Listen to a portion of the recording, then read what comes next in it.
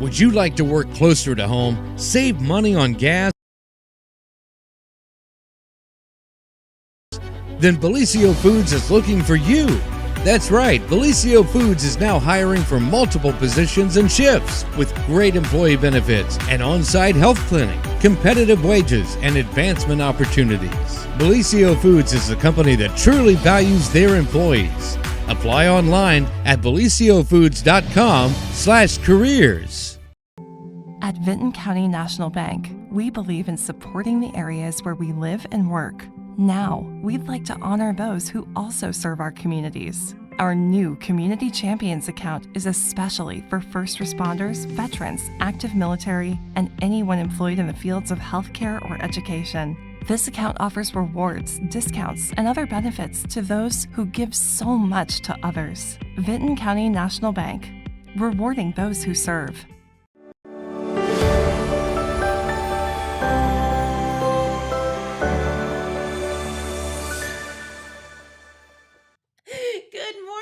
Everyone, and welcome to the morning show right here on Main Street TV, where we have a very special guest today, and we are going to be talking about, well, something that hasn't existed. Has it been ever, or just in a really long time? It has, well, at least in my part, it has never existed, but the football team existed in 1949, so it's like the first time in 75 years. Undefeated since 1950, Undefeated right? since 1950. That's what they say. They wear T-shirts saying that.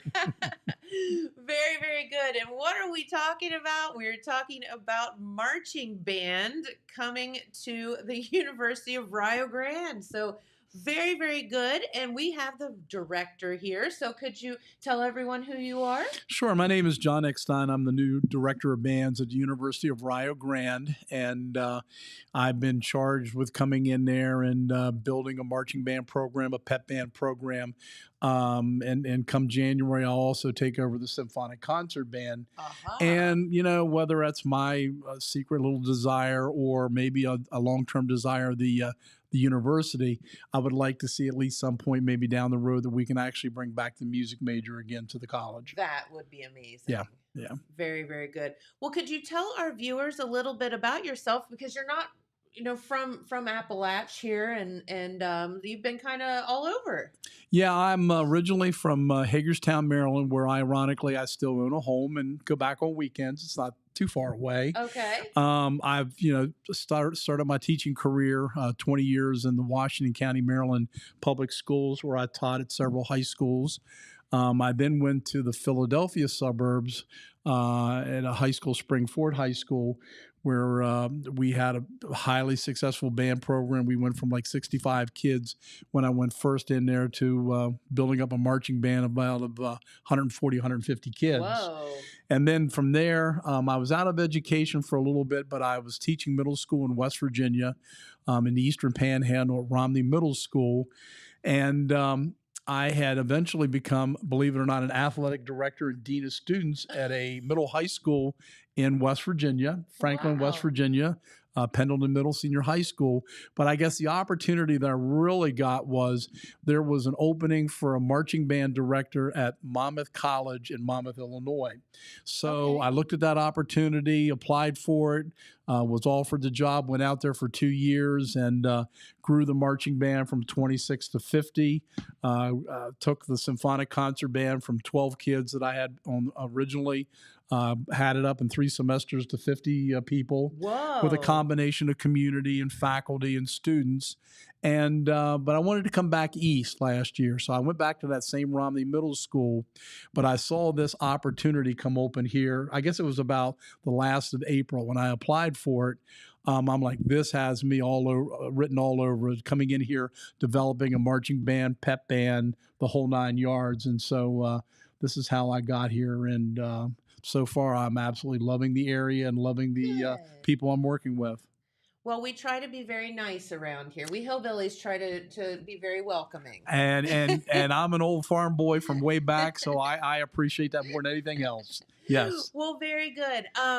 So it has to be challenging, though, and I think you're very much up for the challenge, but it's one thing to come in and take over a program that's already existing. But I mean, you are starting, this is like unprecedented. This is like, we don't have uniforms, we don't have students, we don't have anything. Well, So how do you even like begin? right. Well, that's the first thing. I mean, as far as uniforms and equipment and things like that, that's actually kind of the easier Well, part. that's the fun part, Right, right? right. Because, I made contacts already. We have a uniform in design. As a matter of fact, we're probably going to have a model probably about the last of October. So I don't know, maybe sometime we can bring a student back here to model one on That TV. would be great. We would love that. And, I've already talked to several instrument manufacturers about instruments. Of course, in the state of Ohio, you have the DCI World Champion Bluecoats, which we've also talked to out of where are they located? It's Canton, I think, Ohio. So we've talked to them about purchasing some of their instruments that they make available every year after their summer tour. Okay. But as you alluded to, the big thing is, how do you get the students?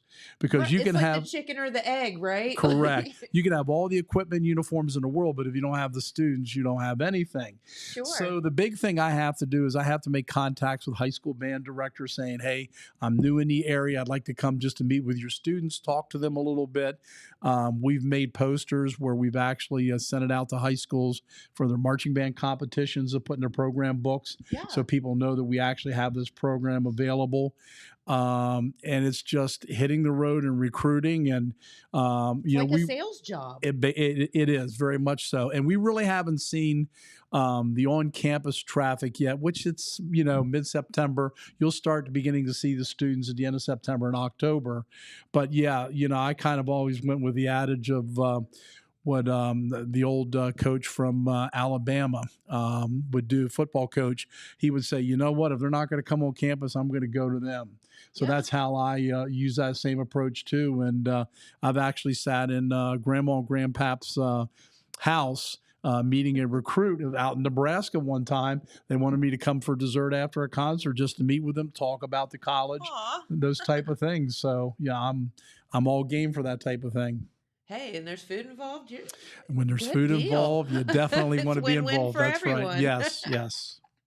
I'd say Grandma makes some good food. And Absolutely. dessert.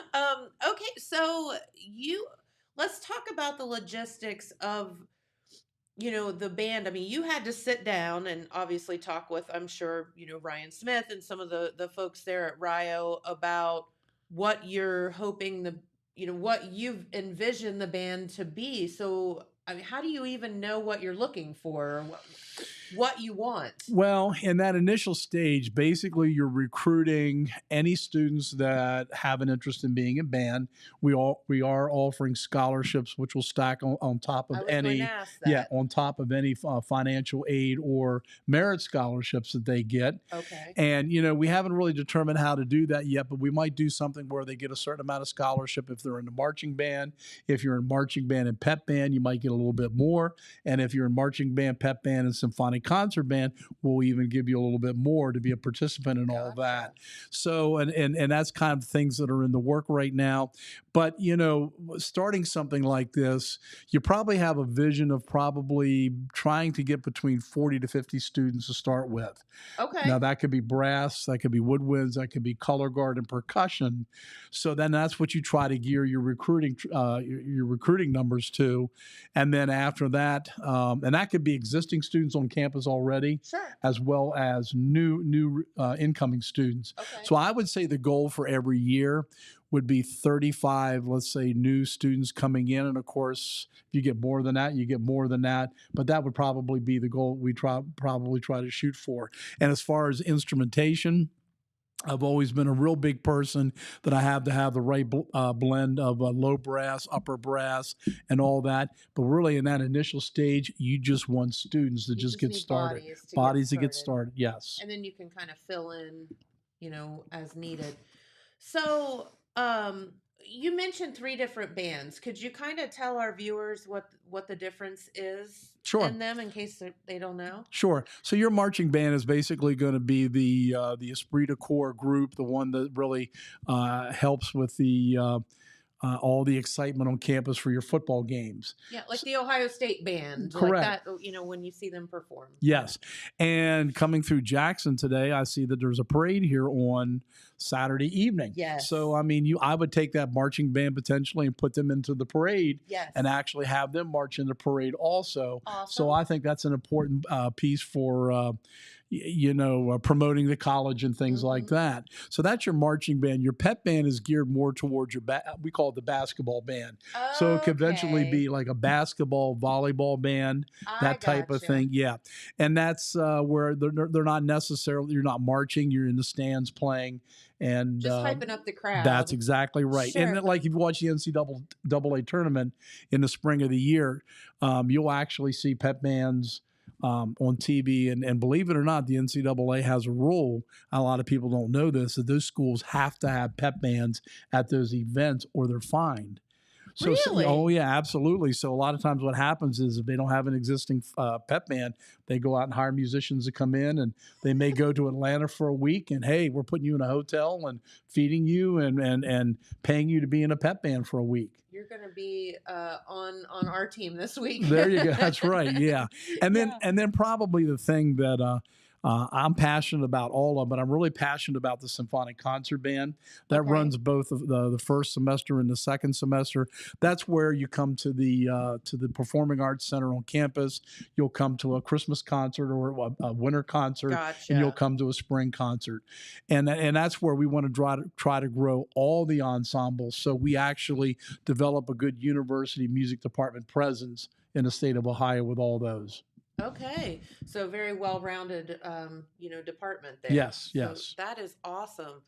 So it's also weird because this whole Rio thing, they announced it, and my mind works in weird ways, but I'm like, oh my God, they only have a year to put this whole thing together. Like most people are like, oh, it's 2025. I'm thinking, oh my God, it's 2025. Like, because it takes a year. A lot of kids are seniors in high school now. They're thinking about their college or whatever. So you can't wait until they graduate. They've already made those decisions. Right. And now's prime time to recruit. Exactly. Yeah. So that's where you have to, you want to get on campus as soon as you can. Like I said, develop those relationships, those connections with high school band directors.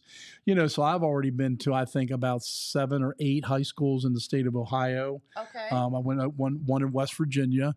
I'm trying to make some connections with the 9 or 10 counties that have a connection with Rio Grande in Kentucky. Okay. And then as we begin to develop and bring students in there, I'm willing to throw that net into Western Pennsylvania.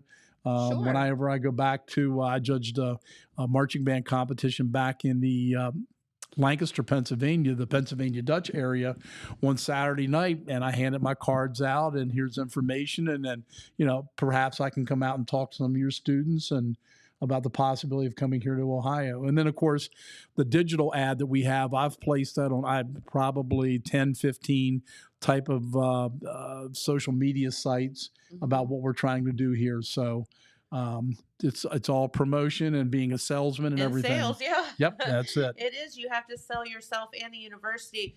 I had the pleasure of having a tour of Rio Grande probably about a year and a half ago now, as we were down there looking at a site, my husband and I, and it is, if you can get kids to the campus, it's an easy sell. It is a beautiful, beautiful campus, and it's small, but it is just lovely. I agree 100%. Now, I did see it in the summer before they mowed all their grass, and I'm like, ooh. But once they got the grass mowed and they got everything up to standard for the kids, it is a beautiful campus. It's just peaceful. Very and, peaceful. It just has such a homey feel there. Well, and I think being right there at the Bob Evans homestead, I think adds to that. It does. And to me, that was such a unique thing because I ate a Bob Evans. I mean, anytime I went to a Hampton Inn, there was a Bob Evans. Oh, generally speaking. So, I mean, I've eaten at Bob Evans restaurants, and then to know that the college is actually there at the home of that. Yes. Yeah, it was like, well, this is kind of exciting. This is cool. Yeah, That's very a whole cool. other added surprise. So, what is your background in music? How did you get started in music, and what made you want to teach or whatever? Well, but like a lot of kids, starts four or five or sixth grade. I started in fourth grade back in Maryland, back in 1960, whatever. A few I years used ago, we say a few a years few ago years here. ago. It doesn't Yes. matter how long; it's just a few, Okay. because none of us are old. Right. And to tell you the truth, I used to sit in front of the TV for those Macy Thanksgiving Day parades, Yes. and I'd watch his bands come down there. And I guess that was back in the era of the 76 trombones. And I said, I want to play trombone. I want to be in that. I want to play trombone.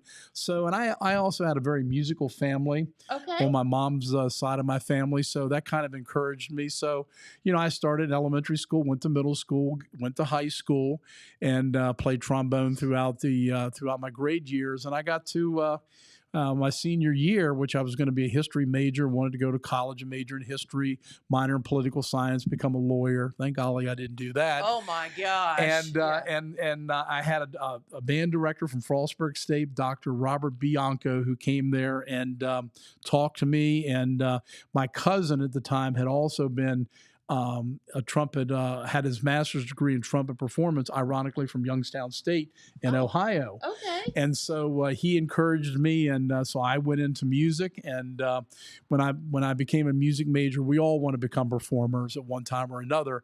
But I had a tuba instructor at West Virginia University who was also at Frostburg. Said, "Listen, you want to teach, you want to get that first paycheck, go out and teach." And if you can remember back then, that was the era that the Pittsburgh Steelers had become a perennial Super Bowl champion from nothing. Gotcha. And so I always admired the coaching part of that, the building of organizations. So I said, I want to take that philosophy into teaching high school band, rebuilding band programs, building them into championship programs. And that's what got me into that. So you just were inspired by trying to build up things. Yes. Yeah. That's amazing. And I guess, everybody in their life wants to try to make some sort of a mark one place or another. And that's where, with the blessing, the grace of God, that's where I tried to make my mark in life and continue to that to this day. And here you are. Yeah. So, okay. When I was in the sixth grade a few years ago and we started band, a lot of the boys in my class wanted to play the trombone. Sure. Do you know why? I do not know why. I know why. So that they could whack all of us girls upside the head, because they put the boy trombone players in the back. Oh, of course. And all of us, flutes and clarinets and things in the front. Right. And the boys just thought it was hilarious that they got to go whack. And I've been on both ends of that. Trust me. And I'm like, you all are sick and twisted. Yep. But I like the way you're thinking.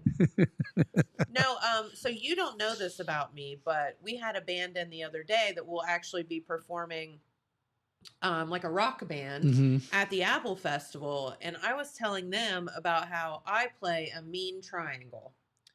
And they promised that if I showed up at the Apple Festival with my triangle, that I could ding after every every song. What do you think? That's important.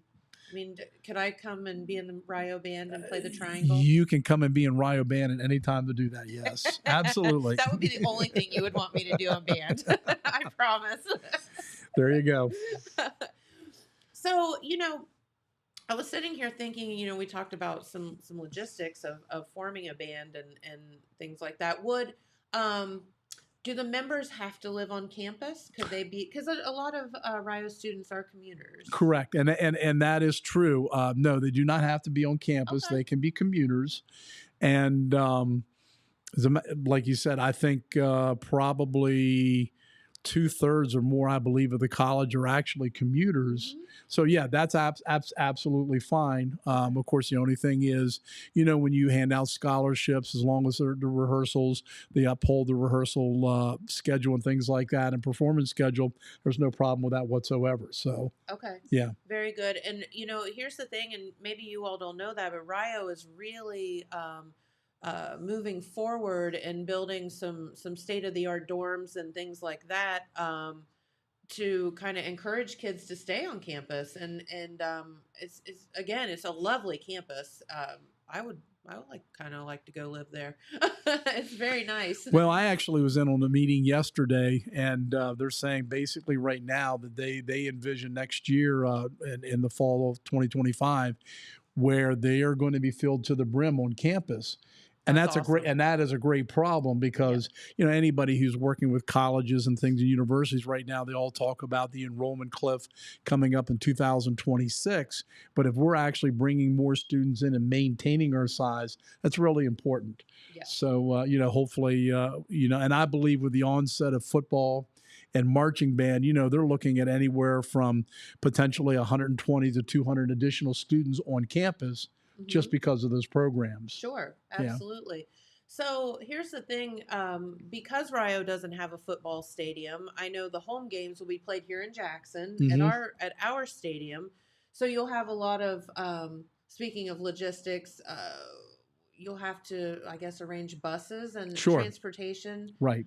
for the kids and the instruments and all that. That's going to be a whole other Oh, yeah. situation you have to deal with. Right. Do you handle all of that, or is there somebody that will kind of help you? Well, I guess that's to be seen. I've done all that in the past. I don't know. Yeah, I mean, I've done all that in the past. When I was a high school band, moving that 140-piece marching band around. Now, we had a marching band trailer, and, that's where all of our equipment went into and the logistics and things like that. But the thing with college is you don't have band booster parents.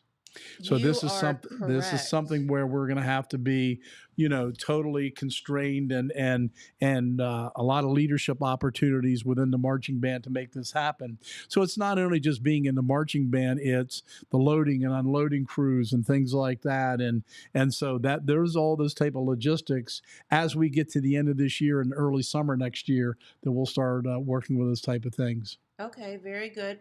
And all of this is not free. Correct.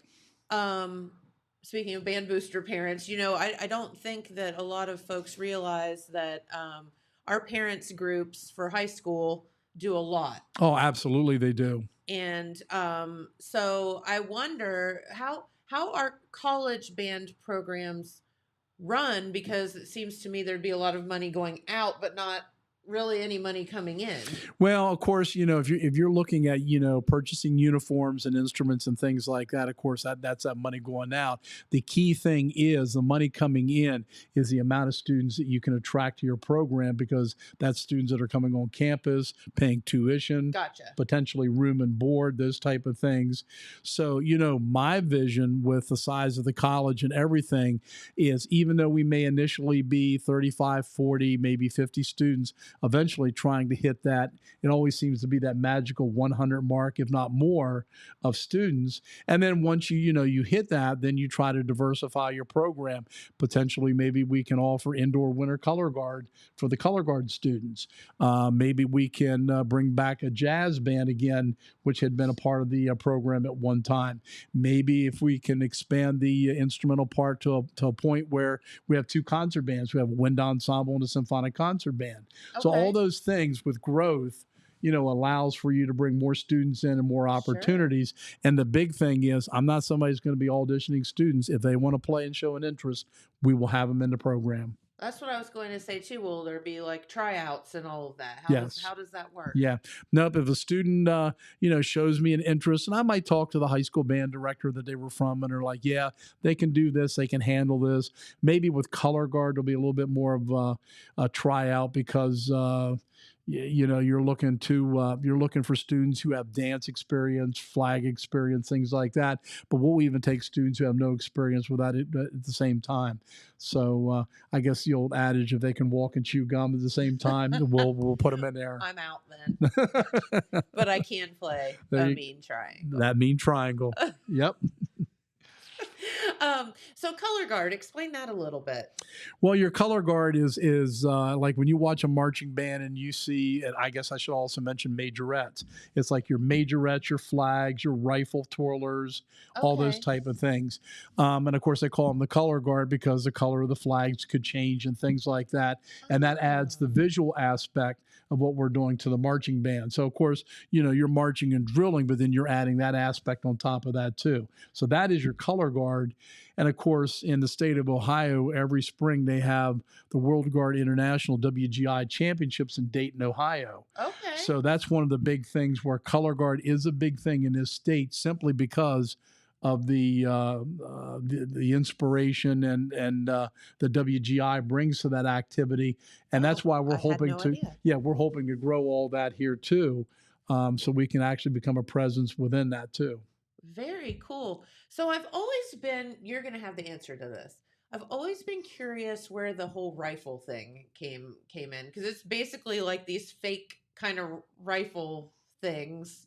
Is that still politically correct? Is that There are some schools who've kind of outlawed them, and Okay. they use kind of it's kind of a mock-up. It looks like something, but to tell you the truth, a lot of schools don't use them anymore because it may not just be visually not necessarily appealing, because I think it's appealing, but visually appropriate for the piece of music that you're playing. So you might play a real soft chorale type of piece of music on the field.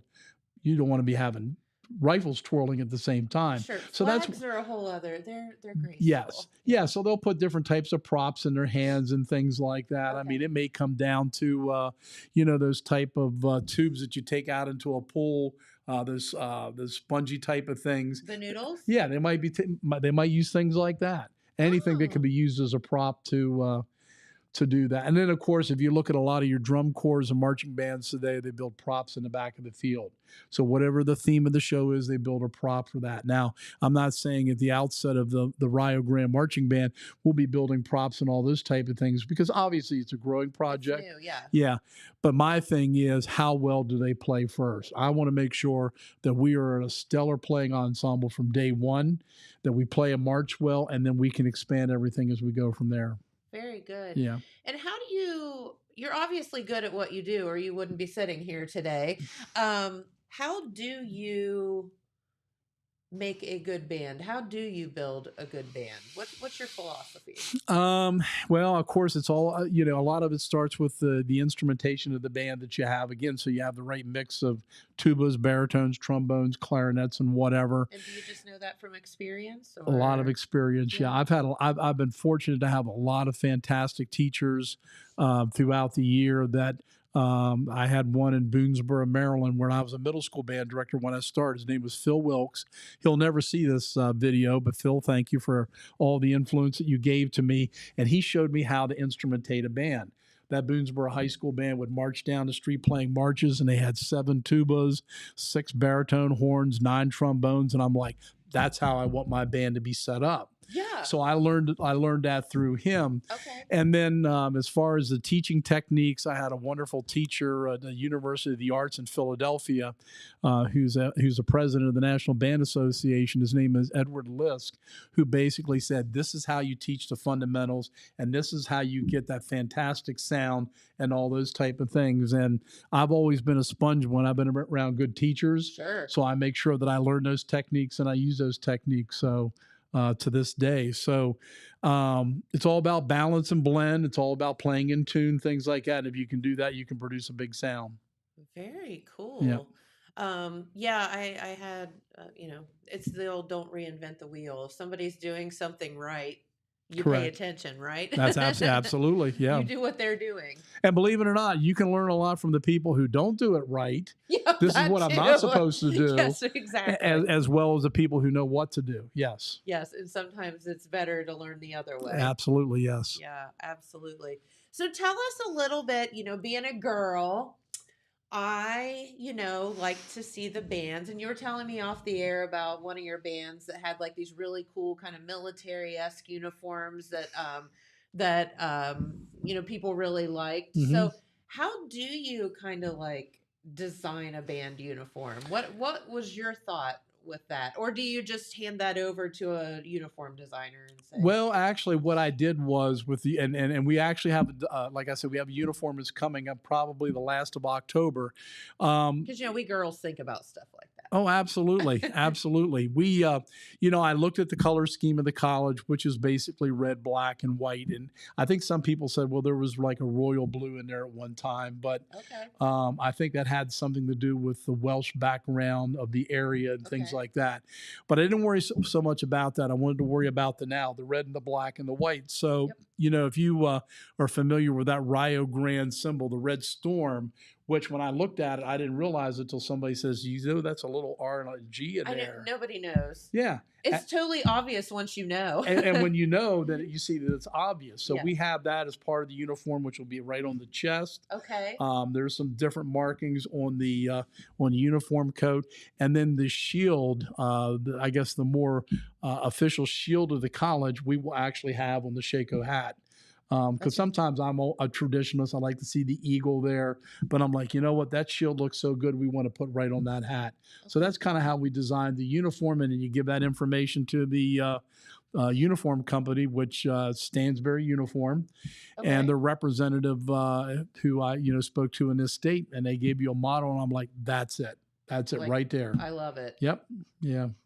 That's cool. And so then they'll make you a mock up and kind of send it to you, and hmm you can tweak it from there if need be. Right. And I think what we're going to do when we get that uniform is, we're looking at some of these big drop down banners that you see in places. We want to find a student that will fit that uniform, Yeah. and we want to get maybe a trumpet or a mellophone or something and have them put it up as if they're playing it and take photos of them, and then we're going Sure. to send that in and have that put up on a drop down banner and get 3 or 4 drop down banners around the campus, and then things like that I can take when I go out and recruit. Have that Yeah. behind us. So we're going to do all those type of things to market it. Those are definitely great tools, and it's fun when you can envision yourself. Like, Absolutely, yes, yeah. And I sit in my office sometime, which sometimes I'm the only person over in the fine arts building, and it's like, what will I be doing next year at this time? Well, next year at this time, I will be lesson planning my marching band. What are we going to be doing for our show? The logistical part, all that. So that's exciting too. So yeah. no, no pressure or anything, right? Oh, no pressure at all. No. So what does a day in the life of a marching band, college band student look like? Is there practice every day? Is it, is it year round thing? How does that work? No, it's you have some colleges that do actually practice every day. I think you have your Penn States and your Ohio States. Now, I'm not going to necessarily speak for Ohio State. I believe they rehearse 3 times a week. And then, of course, in the game day, when you have your band, you have your rehearsal prior to that and go through everything and those type of things. So, but generally speaking, probably at Rio Grande will probably be a twice a week band to begin with. Okay. I don't want to oversaturate the students with too much time in a band, especially when they're coming there to major in whatever they want to get their life together. They want to start setting their life up by whatever they study. So that's the Sure. most important thing that's there more than anything else. But we want to add this to their experience, to the college experience. So I would say we're probably going to rehearse like twice a week, Okay. days to be determined. Yeah. And then on top of that, your game day experience would be like, it's the same thing as if it was in high school. You have your ensemble come in where you can go through some marching things, warm up and things like that prior to that. And then, of course, the logistics, at least for 2 years, of taking them to Alumni Stadium in Jackson Sure. to get them to perform. So, and then, of course, we're going to be a part of a pregame show. We'll be a part of a halftime show. And we want to start developing some traditions between the football team and the marching band immediately. Like perhaps at the end of the game, we'll be in the stands playing the alma mater. Hopefully the football team, win or lose, will come over, take their helmets off, kind of honoring the school and everything. So we want to develop some traditions for things like that. Yeah, and that's all stuff you have to be thinking of right Oh, yeah, now. absolutely. Yeah. So how do you keep band shows kind of fresh and relevant? Because I know sometimes they pay homage to, the time of the year. Sometimes it's homage to a band or like a rock band or something. How do you come up with that? My thing is that when you look at the kids, when you look at the people who are going to go to the football games, 90% of those attendees will be the college students. Okay. So, and of course, you're going to get parents and alumni and things like that to come too. But we want the campus to be there. We want them to be in the stands. Yeah. So, what I'm going to play to their strengths, and what do they like to listen to? Of course, pop music. Sure. So, my first year at Monmouth College, we did a show called Smooth Criminal. So, we started out with Michael Jackson's Smooth Criminal. We went to Bad Guy by Billie Eilish.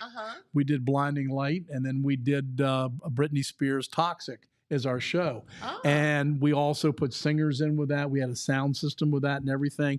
And I never heard so many shrieks and cheers or whatever because we were playing music that people were familiar that with. they like, that they can sing along to, or correct.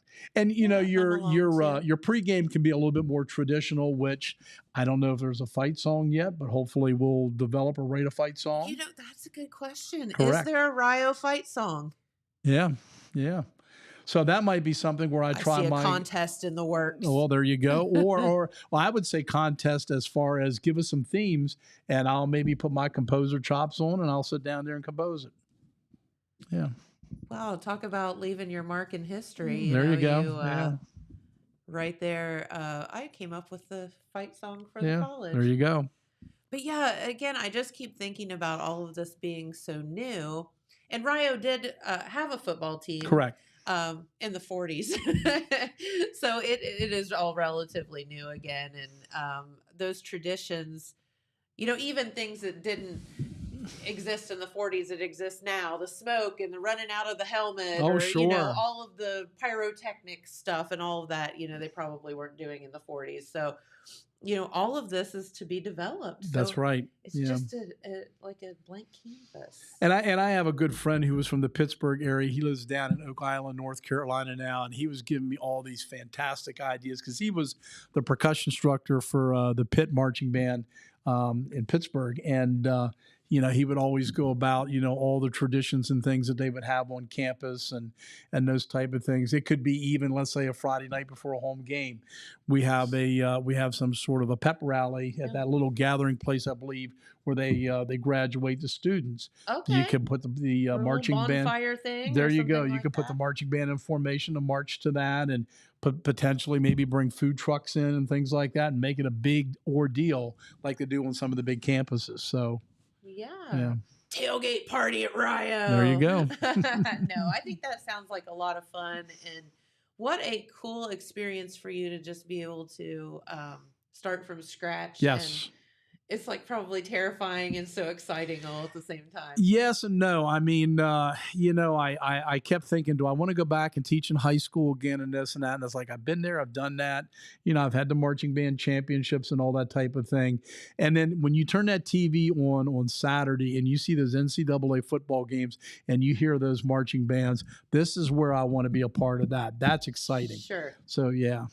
Yeah. And I mean, it's, it all ties in so much together. You know, the bands and the cheerleaders and the, you know, the football and all of that. I just thought about that, cheerleaders, because I know Rio has cheerleaders, but then they'll have to have football cheerleaders as well. Yep, football cheerleaders, dancers. Yeah, So that's going to be they're a going to whole have a dance other team. Yes. That's not your bag, though, right? Well, it's not necessarily my bag, but ironically, yesterday I did talk to the new dance team coach, and we're going to talk about how we can integrate them into the marching band show, perhaps bring them in for a couple numbers. You know, the bottom line is the more kids we have on that field during halftime, the better. That's what we want to see. We want to see numbers out there. Absolutely. Yeah. And I assume that you will meet with the football coach as well and come up with some of those traditions. I and talk things. to the football coaches almost on a daily basis, Yep. and yeah, I mean, great guys, Yeah. wonderful guys. So yeah, we talk often. Yes. Well, very good. Yeah. This is just all so fun and exciting. So did you have to, I assume you had to move kind of to the area then? Well, I have, like I said, I own a home in Hagerstown, Maryland. So right now I go back and forth on weekends. How far is that? It's about 4 hours and 40 minutes. Oh, that's not bad. No, it's not a bad drive at all. You know, it's after you get out of Ohio, it's US 50 to Interstate 79, Interstate 68, Interstate 70, Interstate 81. I'm home, all highway. So you got all that? Yeah, so it's a real easy drive, and actually right now I'm actually living in one of the dormitories. Oh, So yeah, and it's fine with me. It's quiet, it's Sure. comfortable. So yeah, I'm good with that. So well, very good. yeah, and once marching band season gets over, because I had I made some commitments to tournament of bands back in the East to judge throughout the fall. Once that gets over, I'm going to start spending weekends here and getting to know the area. And I kind of went the wrong way this morning in Jackson up to the old location for the radio station, Oh. and I saw all the festival things yeah. up there and Oh everything. God, and, I hope you didn't get stuck in the middle of all that. Oh no, 'cause I parked where the streets were all blocked off, but just to see that type of thing. Yeah. And I believe Jackson's I don't know how large it is, maybe 20,000. I don't know if that large. 6,000. Yep. Okay, that's still a decent town to be able to come here and do things, and riding around the Ohio River down at, I hope I say this right, Gallipolis. Perfect. Okay, You all did right. very well. Yeah, riding along the Ohio River there, I had no idea it was as beautiful as it was there, and Yes, it's lovely. how it just runs right along the downtown of Gallipolis. I mean, there's plenty of things in the area to do. So Oh, absolutely. yeah, Well, if you want to spend time in Jackson, I happen to own the brewery here in town and Okay. restaurants. So There you you have go. to come see me sometime. I'm definitely a foodie, so that's definitely an We important actually thing. just did a big thing with Rio a couple of weekends ago. They had a kind of a Rio night after the Jackson football Yes, game. yes. Yeah, and they came to our place. So, Okay. Yeah. So very good. That's awesome. Is there anything else you would like to tell our viewers? We have a couple of minutes until we get to news. Sure. So, we're right now, we have the existing University of Rio Grande Symphonic Concert Band that we meet on Thursday evenings. So there actually is a band Yes, right now. yes, Okay, yes. I didn't know that. from 7 o'clock to 8:30. Okay. And that band is made up of college students, local high school students, faculty members, staff members, and community band members. Awesome. So if there's any community band people out there, and I hear occasionally, I haven't played this instrument since, and doesn't matter. We want you to come in and be a part of that organization, because if you're sitting amongst people, you will learn how to step up and replay your instrument again. So we would love to have more participation from that. And then I'm also going to, I'm right now the interim director of the Portsmouth Wind Symphony, Okay. which rehearses in Shawnee State University. Now, I'm not an employee of Shawnee State, Yeah. but they rehearse at Shawnee State University on Monday evenings from 7 o'clock to 9 o'clock. And right now we're about an ensemble of about 35, 37 people. We would really like to grow that ensemble also.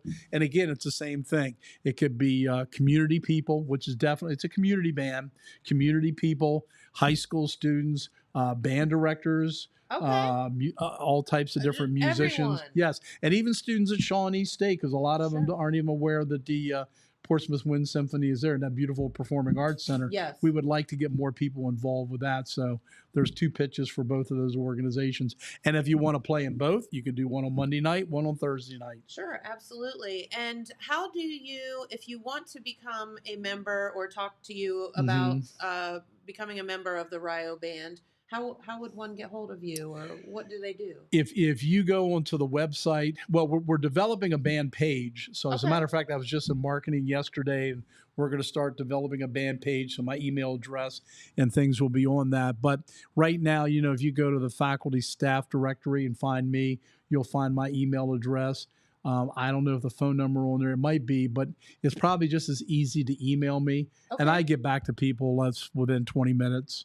Okay. Even if I'm laying in bed at night, I pick up my phone and check. I will text you right back. So yes, Very I will good. get back to you immediately. Excellent. Well, thank you so much for spending your morning with us. Thank you. We've learned so much. Yeah, And it's truly been our pleasure to meet you and introduce you to our community. Yeah, absolutely. I appreciate it. Like I said, when that uniform comes in, we'll have to bring that down here and make an event out of it. You know what I think you should do? I think you should make Ryan Smith put it on, Ryan Smith, and he can march his butt right through here. you know what? I don't know if that'll. He's pretty He's tall. a tall He's drink tall. of water. That's I right. don't know. They might be a little. They'll be like knickers on him. Maybe we can get the coat and hat on him. You can There sit you go. down. Okay, There you we'll go. do that. We'll do that. All All right. right. Well, John, thank you so much for coming in today. We appreciate it, and best of luck to you. Yep. And come see us anytime. Absolutely. Thank you. I appreciate it. All right, very good. Come on over, Pete Wilson. Thank you, thank you. And John, if you want to hang around, because then I think you're going to meet with Pete here in after, or Jeremiah. Actually, it's going to have to be later because Okay. we weren't prepared on Saturday. Okay, nope, that's fine. We'll contact you and we'll do a telephone interview or something like that. That's fine. Okay. That's fine. Yep. We're going to hook up later. It's all good. All right. Thank you. Thank you. Appreciate you so Yep. much. Yep. Come on over, Pete. Thank you. Adrian, can you make sure that he gets out okay? I know it's kind of a maze back through here. I got it. I'll find it. Okay. Well, welcome, Pete. Right. It's Apple Festival Thursday. We all survived Apple Festival Wednesday, I think. Right. And, we're just about getting to the halfway point here. Oof. So, activities, of course, going on today and tomorrow. And then, of course, what a slammer on Saturdays. Oh.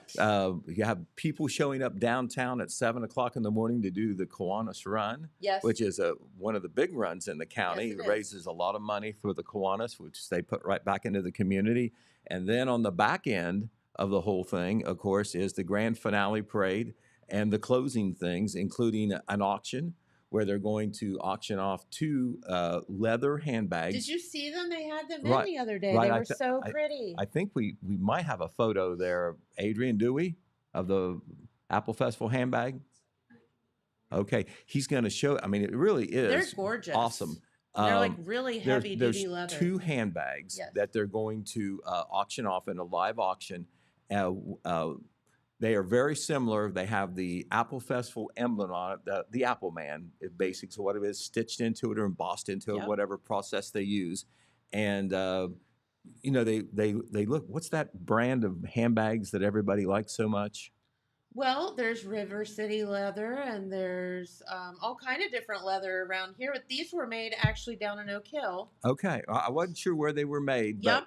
But they will, of course, raise money And for the Apple Festival. And it'll they be a live are- auction immediately after the parade, when they announce the parade winners and the raffle winners and all like that. And And they're one of a kind. right, Because absolutely. They're the only ones that exist. So Right, yep, it's exactly. pretty cool. Right, exactly. Did you get them yet?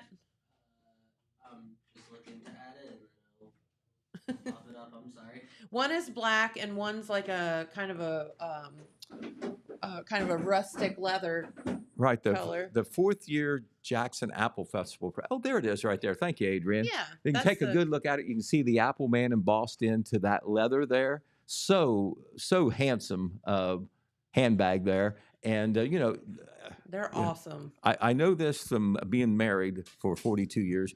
There's not enough handbags in the world for No, women. That no. you can't have just one. No, no, no, So no. so this way, not only do you have a handsome handbag for going out, but you also can help the Apple Festival Yes. as well. Yep. And so that does take place right after the grand finale parade. So consider supporting that. I tried my best to get Brandon Davis to put that over his shoulder, but he wouldn't do it.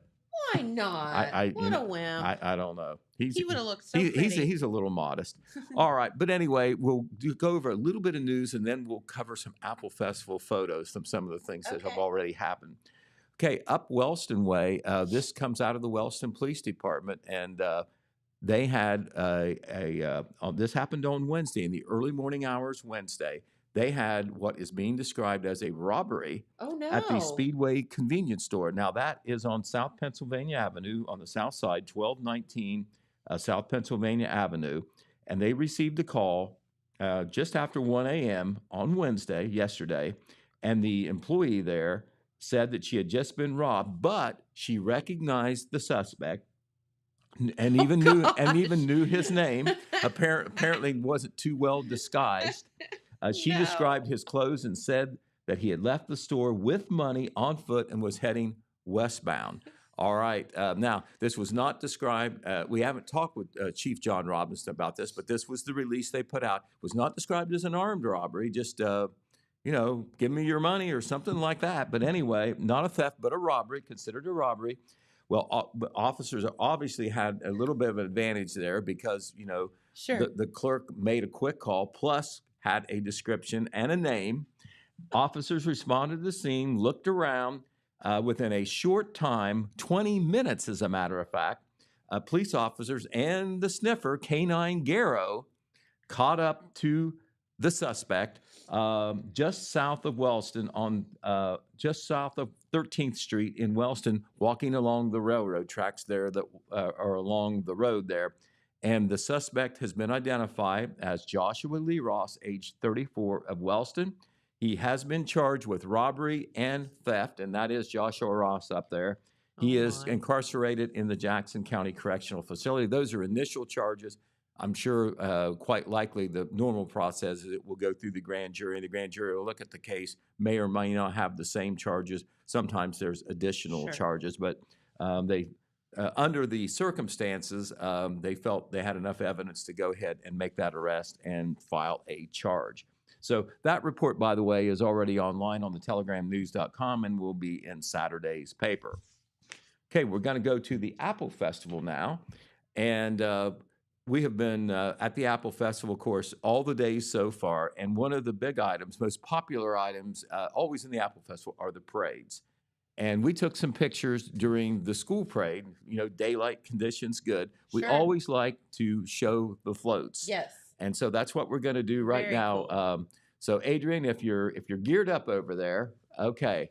I loved this one with the giant candy apple in the front of it. Right. Okay. That is the, I believe that is the Buckeye Community Services float. Yep. And let me tell you this, I was the one who took the pictures for most of the school parade.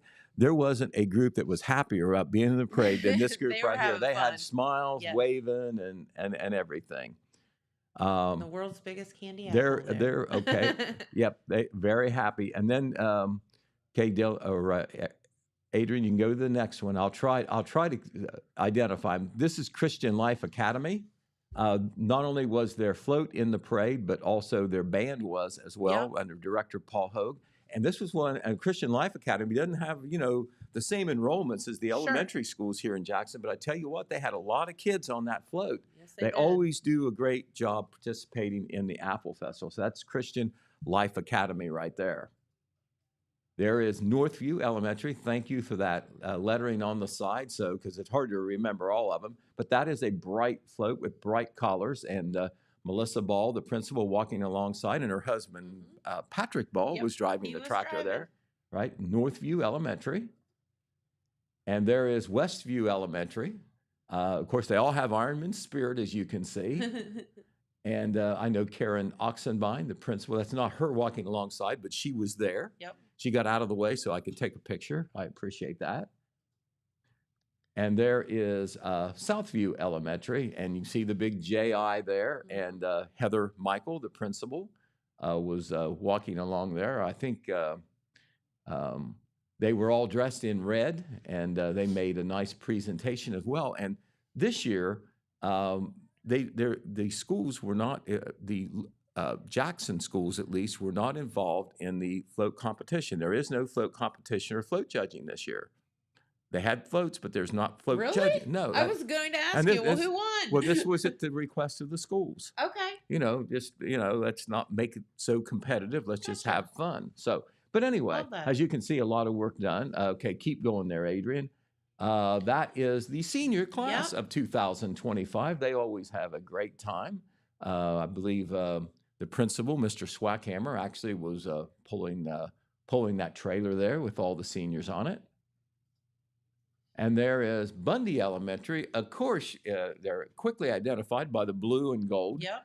And I tell you what, in the past several years, they've won first place. Yep, that was a really cool float. And if you can see on the corners, they had like big giant suckers and stuff like that. It was really cool. Good representation from Wellston. And walking along there is our good friend, Superintendent Dr. Brian Rao, who's very proud of the float and the kids. And of course, when Bundy makes their float, it's a twofer because they get the Ohio Hill Country Festival, and just a week later, they're in the Apple Festival.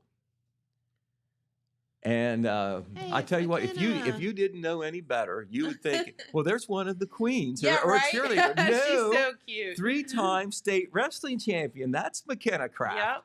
And of course, she rated a spot in the school parade. She was in the opening parade, yesterday evening as well.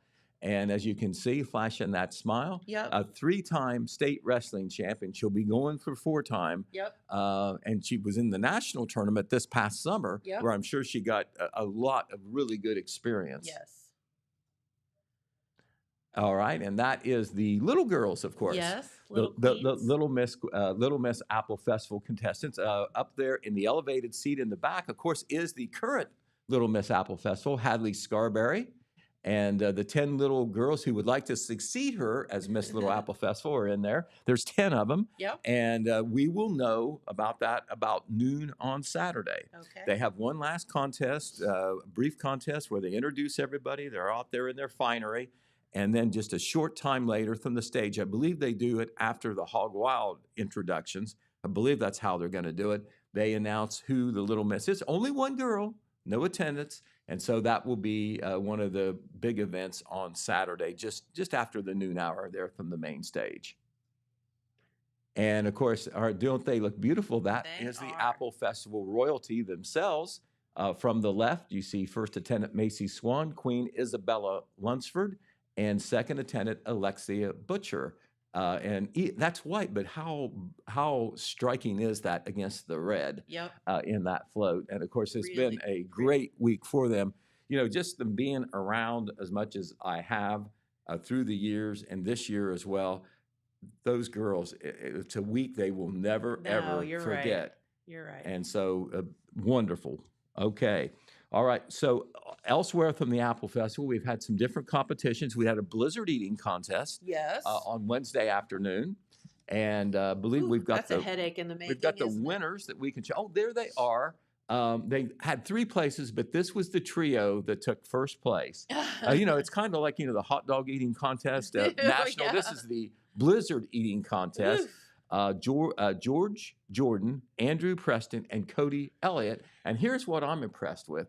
I don't see any ice cream on their shirts. No. How did they do? Pretty Well, clean they must have had an apron or something. That's all I'm going to say. I have trouble eating ice cream fast because it's cold. It's a headache. Oh, are you a biter or a licker? If you have an ice cream cone. I would say there's no biting. That's cold. That hurts your teeth. Well, my wife is a biter. I am a licker, and she considers me weird. And so I always do that poll, and I've found out about 3/4 of the people are lickers. Yeah, I would say that. Oh, she is a biter. Okay. Okay, but don't tell anybody. Don't tell on her. Right. All right. So also last night, and this happened very late, they had the Apple Festival Got Talent contest, and the winners. There are the 3 winners there. On the left is the first place winner. She is Michaela Lodwick. I believe she's from Oak Hill. She used to be a Festival of Flags royalty. If it's the same girl, I believe Red Thompson says that she is, but she was the winner. And the next 2 girls who look a lot alike, there's a reason. They're sisters. Second and third place. I believe that they were among the placers at the county fair karaoke singing contest. Awesome. But that is Catherine Suter in the middle. She finished second. And sister Maddie Suter finished third. So congratulations to the Apple Festival Got Talent winners. Cute. Okay, so as we look ahead to the Apple Festival, of course, today, this afternoon at 12 o'clock, we've got the baby stroller races, followed by the baby crawling contest. And then later on, the wings eating contest at 5:30, another eating contest. And then the big entertainment tonight is the Wet Bandits. That is at 8 o'clock. Mm-hmm. And usually on Thursday evening, that's a tribute band. And I'll have to admit, I don't know what they're tributing to. I don't know. And then, of course, on Friday, we're not going to be here tomorrow, Friday, to tell you about the news, but we want to hype the fact that a Nashville artist, Mark Wills, who is nationally known, he's had number 1 hits. He is, in the past, all the way back into the 1990s, still a big name. He will be the featured entertainment at 9 o'clock on Friday. And this is a free concert. Yes, it but is. But remember, we got concert seating. That means your fanny is on the street if you don't bring your own chair. That's right. Or you're standing up. Or you're standing. So be prepared for that. I'm always away at a football game, but I know they always draw a big crowd for that. And Gary Everett will be leading him in at 7:30, local singer very, Cool. very talented as well. And then, of course, Saturday, the big finale, we kind of touched on that as well, starting so early in the morning and going deep in the Oh my evening. gosh. It's all supposed to shut down by 11 o'clock. And by 6 o'clock on Sunday, you probably won't know the Apple Festival is here because all those folks will work very hard. Other than the faint smell of a French fry. Right. I tell you what, how disciplined I am. I worked the booth on Thursday. Wednesday. No, it was Tuesday. Time just gets away from me. Tuesday evening, and I had a little bit of dinner early so I could work my booth shift. And I smelled those aromas from where I was sitting for 3 hours, and I did not get up and afterwards get anything. What? I'm just trying to stay slender, Jennifer. So I didn't do anything, but I smelled all that grease, and it all smelled pretty good to me. That's difficult. But anyway, speaking of food, the Southeastern Ohio Food Bank will do a food distribution for Jackson County residents. That's going to be at the Jackson County Fairgrounds. Pretty big deal. Okay. You have to, food items will be available for Jackson County residents who qualify for state benefits, and that is incomes under 200% of the federal poverty guidelines. If you're not aware of what they are, that's maybe a lot more money than you think. Yeah. There are a lot of people honestly qualify. Working people probably qualify. Sure. So take advantage of that, if you got a big family and you need it.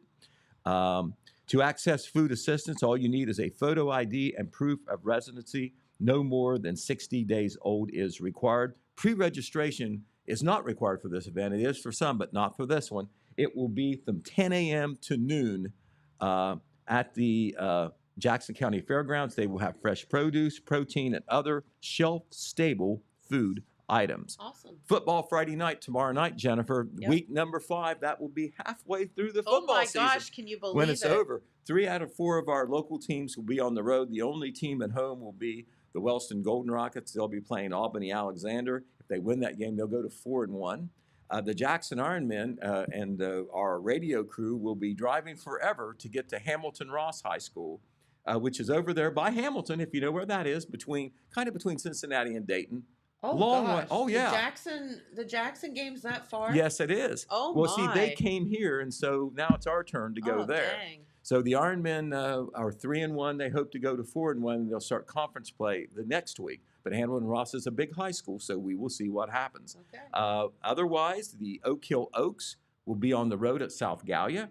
They lost very narrowly to Mitford last week, so they'll hope to get back on the winning track. And the Vinton County Vikings, this is one of the marquee games in the area, I think. Athens is undefeated, much improved this year. Some folks think they are the favorite to win the TVC Ohio. Well, Vinton County is the defending champions. They didn't start off very well, honestly. They lost their first 3 games, but they rose up and had a great game last Friday, beat Meigs by 30 points, and now they're going to Athens. So, this is between the team that everybody thinks is going to be really good, the Athens Bulldogs, against the team that was the champions last year. So this is a key early season clash. All these 4 games, of course, will be on the radio, our Total Media radio stations as well, as always. And I believe the Wellston game and even the Jackson game, even though it's on the road, I believe the plans are to stream both of those games. Okay, awesome. All right, so there we are. Look forward to it. All right, Pete. Well, thank you so much. I know there's a lot going on, and don't forget. So here's the deal, and we haven't even told our viewers about this yet, but tomorrow during our program, neither Pete nor I will be here because we are going to air live the Community and Career Connected Learning Summit, which is being held up at, I believe, Worcester? In Worcester? Well, this was the first I heard about the programming. I just knew that we weren't going to be on. I didn't know why. So it's basically, so what happened is where we had our street team through the internship program, the Southeastern program is through Building Bridges to Careers, and our interns will be part of the summit. They've been invited with Tanya and several of the interns to take part in this, and it's basically people from all over the state that are coming together to talk about their experiences and things like that of their interns and their internships and all of that. And so we're going to be airing that tomorrow morning live. It's from 9 to 10. Okay. So that's very fitting. Well, right here on the show. I know we have all been impressed here in the building by how well that street team has done, and Yes, they have. I think it's been a great opportunity and experience for the young people as well. Yes, absolutely. So that will be our programming tomorrow. We hope that you tune in and enjoy it. So, Okay. All right, Pete. Well, have a great day, and we will see you back here on Monday. How's that? All right. All right. Thanks for watching, everyone. We'll see you then. Bye-bye. From breaking news to heartwarming stories, the Telegram is your ticket to the latest buzz in town. Read your daily in hand and on paper. Get a print and digital subscription for only $7.95 per month. Delivered fresh every Wednesday and Saturday. Visit thetelegramnews.com or call 740-286-3023 today. Don't just read the news, be a part of it.